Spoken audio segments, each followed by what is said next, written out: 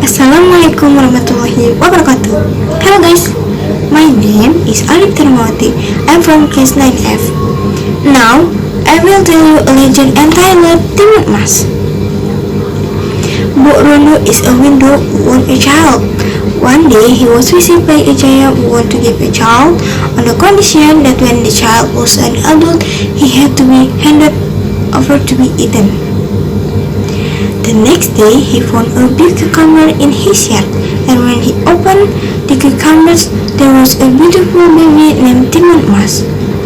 One day, a giant came to collect the promise.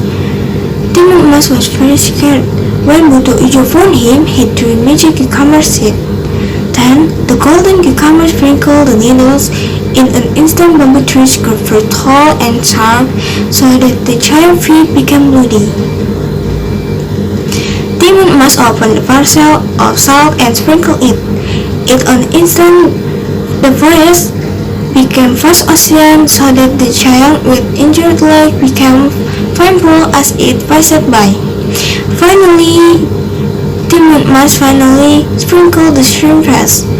Instantly, a sea of boiling mud was formed. And finally, the giant did.